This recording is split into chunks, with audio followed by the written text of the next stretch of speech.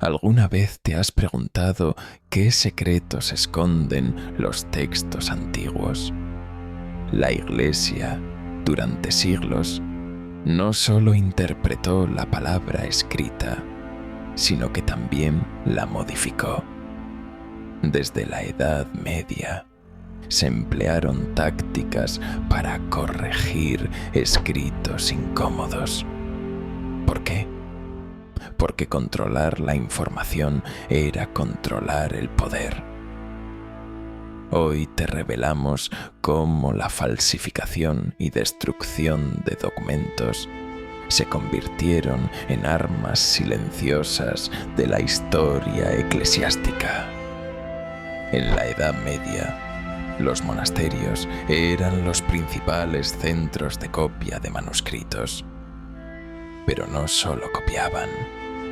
A veces los monjes alteraban pasajes enteros. Si un texto contradecía la doctrina oficial, se reescribía o se omitía.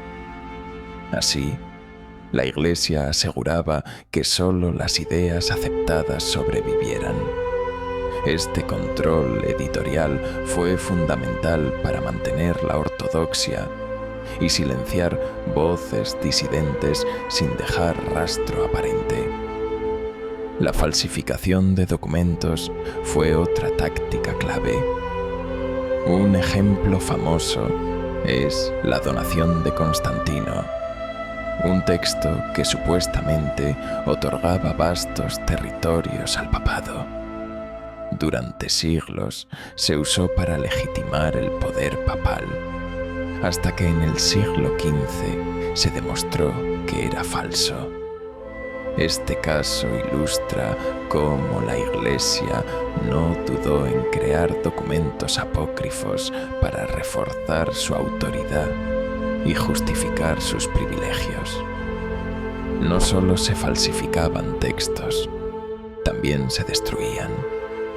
Cuando surgían escritos considerados heréticos, la Iglesia organizaba campañas para localizarlos y eliminarlos. Los libros de autores como Arrio o Pelagio fueron sistemáticamente buscados y quemados. Esta destrucción no solo borraba ideas, sino que también reescribía la memoria colectiva, asegurando que solo la versión oficial de la historia perdurara en el tiempo. La censura eclesiástica no se limitó a la antigüedad. En el Renacimiento, la Iglesia creó el Índice de Libros Prohibidos, una lista negra de obras consideradas peligrosas. Autores como Galileo o Erasmo vieron sus escritos vetados. Los libros eran confiscados y en muchos casos destruidos. Así, la Iglesia intentaba frenar la difusión de ideas que pudieran desafiar su autoridad o poner en duda sus dogmas. Algunos textos incómodos no se destruían, sino que se modificaban sutilmente. Los copistas podían cambiar palabras clave, añadir frases o eliminar párrafos enteros. Estos pequeños retoques alteraban el significado original, adaptando el mensaje a las necesidades del momento. Así, la manipulación textual se volvía casi invisible, pero su impacto era profundo. La historia se reescribía sin que nadie lo notara a simple vista. La destrucción de textos no siempre fue total. A veces se permitía que fragmentos sobrevivieran, pero descontextualizados. Por ejemplo, se conservaban citas de herejes solo para refutarlas, nunca para comprenderlas. Así, la Iglesia controlaba no solo qué se leía, sino también cómo se interpretaba. Esta estrategia aseguraba que las ideas peligrosas nunca pudieran ser recuperadas en su forma original. La manipulación de textos también afectó a la Biblia. Durante siglos, se realizaron traducciones y ediciones que adaptaban el mensaje a las necesidades doctrinales.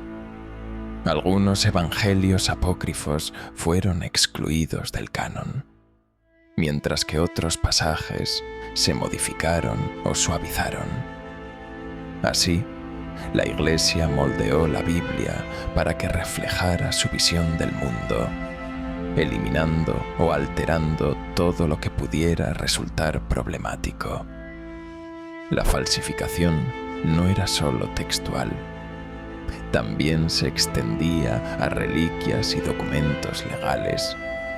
Se creaban bulas papales falsas para obtener privilegios o tierras. Monasterios enteros prosperaron gracias a cartas de donación inventadas. Estos fraudes eran difíciles de detectar en una época sin registros centralizados y permitieron a la Iglesia acumular poder y riqueza de manera silenciosa pero efectiva. En ocasiones, la destrucción de textos fue un acto público y ejemplarizante.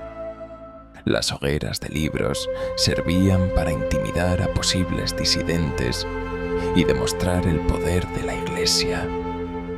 La quema de obras de Lutero o de textos protestantes en plazas públicas era un espectáculo destinado a infundir miedo y obediencia.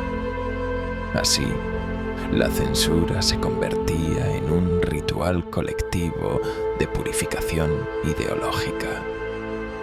La Iglesia también utilizó la reescritura de crónicas históricas para legitimar su papel.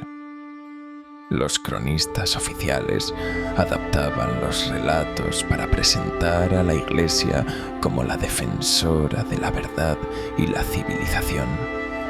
Los enemigos eran demonizados y los aliados glorificados. Así, la historia se convertía en una herramienta de propaganda y los hechos incómodos eran suavizados o eliminados del relato oficial.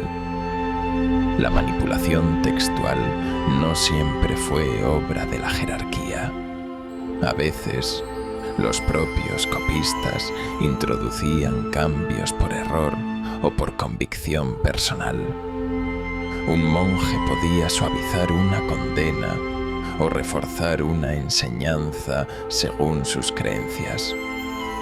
Estos pequeños gestos, multiplicados a lo largo de los siglos, transformaron el contenido de muchos textos, demostrando que la historia escrita es siempre una construcción colectiva y mutable. La llegada de la imprenta en el siglo XV cambió las reglas del juego. Por primera vez, los textos podían reproducirse en masa, dificultando la manipulación. Sin embargo, la Iglesia intentó controlar las imprentas y censurar las ediciones. Se exigían licencias para publicar y se confiscaban libros no autorizados. La lucha por el control de la palabra escrita se intensificó, pero la censura nunca fue total. A pesar de los esfuerzos de la Iglesia, algunos textos incómodos sobrevivieron gracias a copias clandestinas.